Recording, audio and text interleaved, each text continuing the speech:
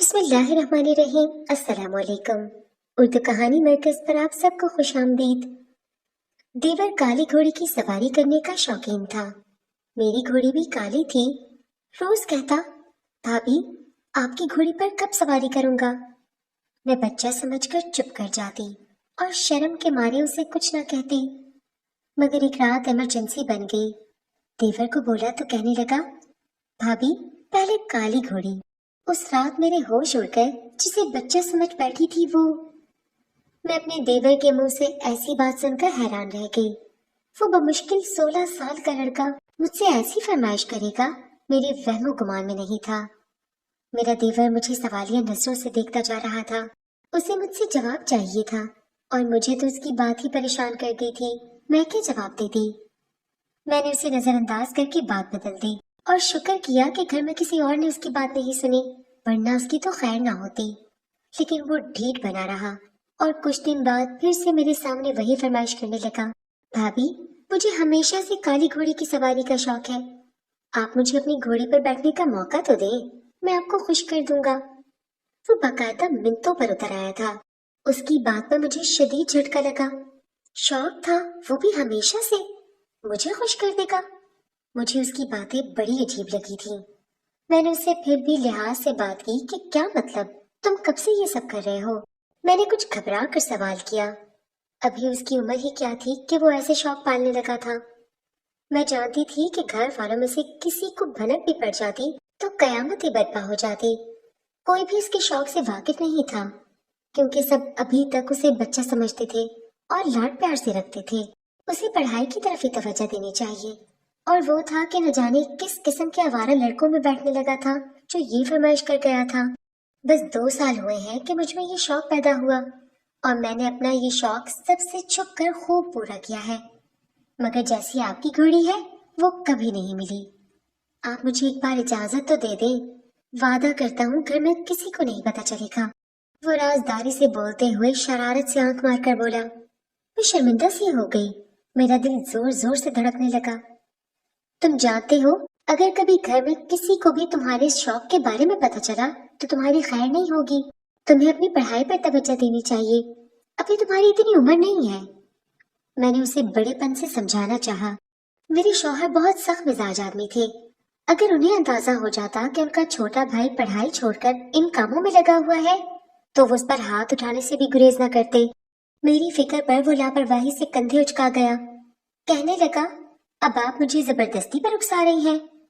भाभी मेरा भी वादा है आपसे, आपकी काली घोड़ी पर मैं जरूर बैठूंगा और वो करके दिखाऊंगा कि आप भी हैरान रह जाएंगी। आप मुझे बच्चा न समझे। मुझे तो लगा था कि आप मेरा साथ देंगी। किसी को पता नहीं चलेगा, बस एक बार की बात है। लेकिन आपने तो मेरी बात का मान तक नहीं रखा। उसने मुझसे दरख्वास्त की तो उसकी जिद पर मैं मजीद परेशानी में मुब्तला होने लगी। ये शौक फिर एक बार पर खत्म नहीं होगा। एक बार तुमने ये शौक पूरा किया तो फिर तुम रोज यही ख्वाहिश करोगे और तुम्हारा शौक भी बढ़ता जाएगा। तुम्हारे भाई को पता चला कि मैंने भी तुम्हारा पूरा पूरा साथ दिया है तो वो मेरा भी गला दबा देगा और तुम्हें भी नहीं छोड़ेगा। मैंने उसे समझाने की कोशिश की जो कि नाकाम ही रह गई। नहीं भाभी, मैं आपको बार बार तंग नहीं करूंगा। मैं वादा करता हूँ भाई को पता नहीं चलने दूंगा। रात के वक्त हमारे फार्म हाउस में कोई नहीं होता, हम वहां चले जाएंगे। बस कुछ मिनट की बात है। वो अपनी जिद पर कायम था, मगर मैं उसकी जिद पूरी नहीं कर सकती थी। मुझे खौफ था कि किसी को पता चल जाएगा। ये बात छुपी नहीं रह सकती थी। अच्छा देखते हैं, मैंने उससे जान छुड़वाते हुए कहा और घर के कामों में खुद को मसरूफ कर लिया। मुझे लगा था कि वो छोटा बच्चा है, जल्द ही ये बात भूल जाएगा, मगर उसने सिर्फ 2-3 दिन इंतजार किया और फिर से मेरे सर पर सवार हो गया। मैं अब मुश्किल में पड़ गई थी। मेरे लिए उसे टालना मुश्किल हो रहा था। ये उन्हीं दिनों की बात है कि एक रोज मुझे शाम के वक्त अपनी माँ के शदीद बीमार हो जाने की इत्तला मिली।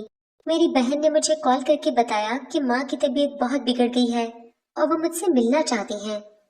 मैं बहन की बात सुनकर हवास बाख्ता हो गई थी। मेरे शौहर उस रोज घर पर नहीं थे और मुझे अपनी माँ से मिले बगैर चैन नहीं आना था। ऐसे इमरजेंसी के मौके पर मुझे अपने देवर का ख्याल आया। मैंने अपने शौहर से कॉल करके इजाजत ली तो उन्होंने भी इजाजत दे दी कि मैं उनके छोटे भाई के साथ जाकर अपनी माँ से मिलाऊं।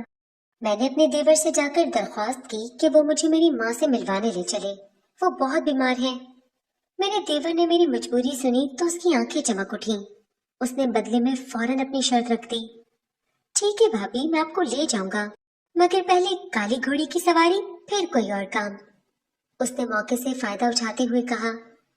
पहले तो मुझे उसकी शर्त सुनकर शदीद नागवारी का एहसास हुआ, मगर फिर बच्चा समझकर खामोश रही और कुछ सोचकर उसकी शर्त मान लेने पर मजबूर हो गई। अगर कोई और मौका होता तो मैं अकेली चली जाती, मगर शाम के वक्त मैं अकेली नहीं जा सकती थी। अगर अब अकेली चली भी जाती तो मेरे शौहर बाद में गुस्सा करते और मेरा भी ना जाना भी मुमकिन नहीं था। मैंने फौरन हामी भर ली। वो मुझे लेकर घर से निकला और अपने घर से कुछ फासले पर बने छोटे से फार्म हाउस पर ले गया। उसे पहले अपना शौक पूरा करना था और फिर मुझे मेरी माँ के घर ले जाता। मैं डरी हुई थी कि यूं शाम ढले किसी ने हमें यहाँ देख लिया तो मसला खड़ा हो जाएगा। मेरा देवर पुरजोश था।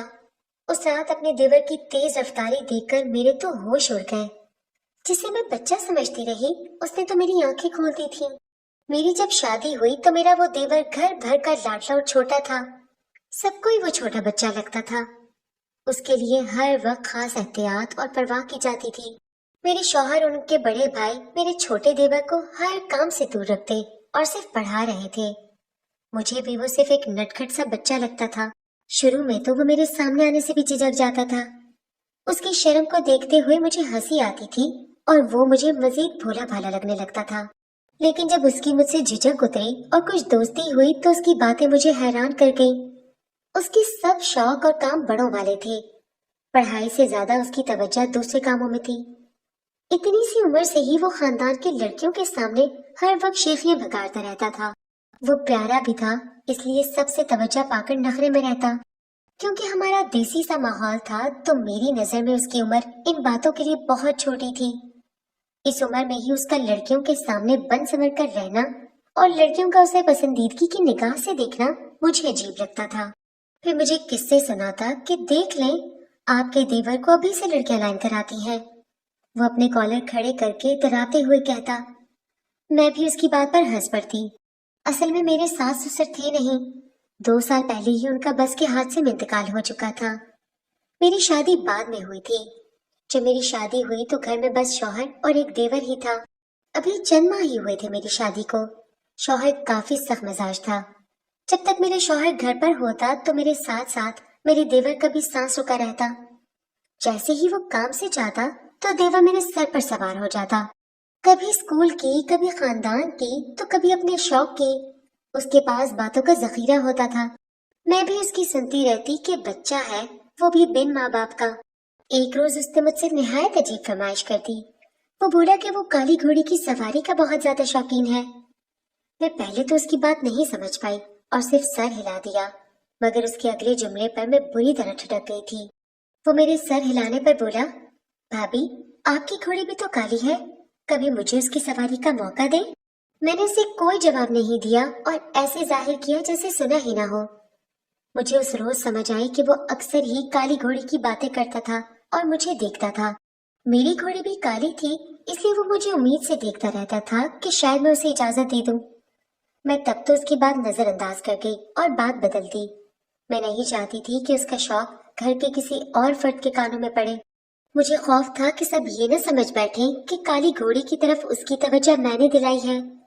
मुझे यकीन था कि मेरे सख्त मिजाज शौहर को मुझ पर शक होता तो वो मुझे मार डालते कि मैं उनके छोटे भाई को बिगाड़ रही हूँ। मुझे लगा कि मेरा देवर मेरा जवाब ना पाकर खामोश हो जाएगा और दोबारा मुझसे ऐसी बात नहीं करेगा, मगर वो काली घोड़ी की सवारी का बहुत ज्यादा शौकीन निकला था। जब मौका मिलता मुझसे मिन्नतें करने लगता। मैं उसे बच्चा समझकर मुस्कुरा कर टाल देती। कुछ दिन मजीद गुजर गए तो वो जिद पर उतर आया। दिन रात मेरे गिर्द चक्कर लगाता और मेरी काली घोड़ी की सवारी के लिए इजाजत तलब करता रहता।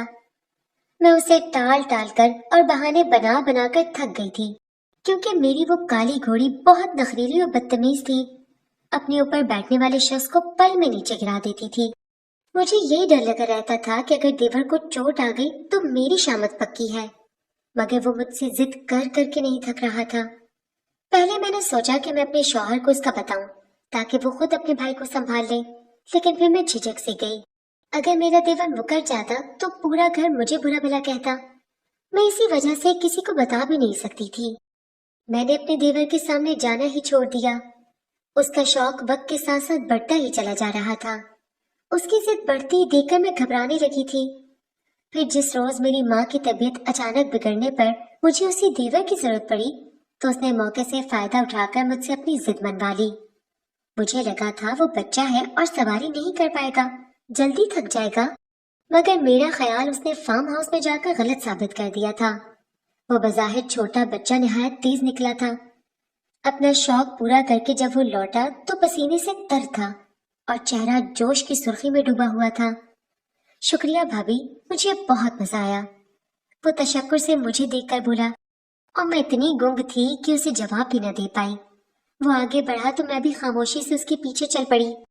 वो रास्ते में भी मुझसे मेरी उसी घोड़ी की बातें करता रहा और फिर बोला कि आपने ठीक कहा था भाभी, आज मुझे इतना मजा आया कि अब दिल चाह रहा है रोजाना अपना शौक पूरा करूं।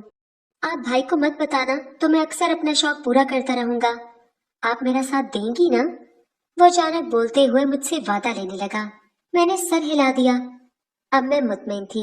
उसे देख चुकी थी कि जितना वो माहिर था कोई नुकसान नहीं कर सकता था। हम जब तक मेरे मैके में पहुंचे बहुत रात हो चुकी थी।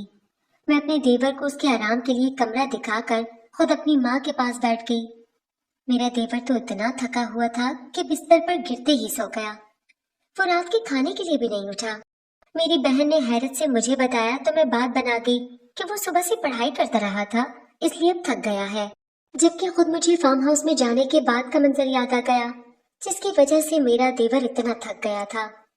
हमारे फार्म हाउस में घोड़ों के अस्तबल में मौजूद नस्ली और ऊंचे घोड़ों में मेरी स्याह काली घोड़ी खड़ी हुई थी। ये घोड़ी मुझे शादी के तोहफे में मेरे अब्बा ने दी थी और जब से मैं ब्याह कर आई थी मेरे देवर की नजर मेरी इस काली घोड़ी पर टिक सी गई थी। वो अस्तबल के करीब पहुंचकर पुरजोश सा मेरी काली घोड़ी पर हाथ फेर रहा था। फिर उसे खोलते हुए अस्तबल से निकाल कर मैदान में ले गया और उसकी नकील डालने लगा।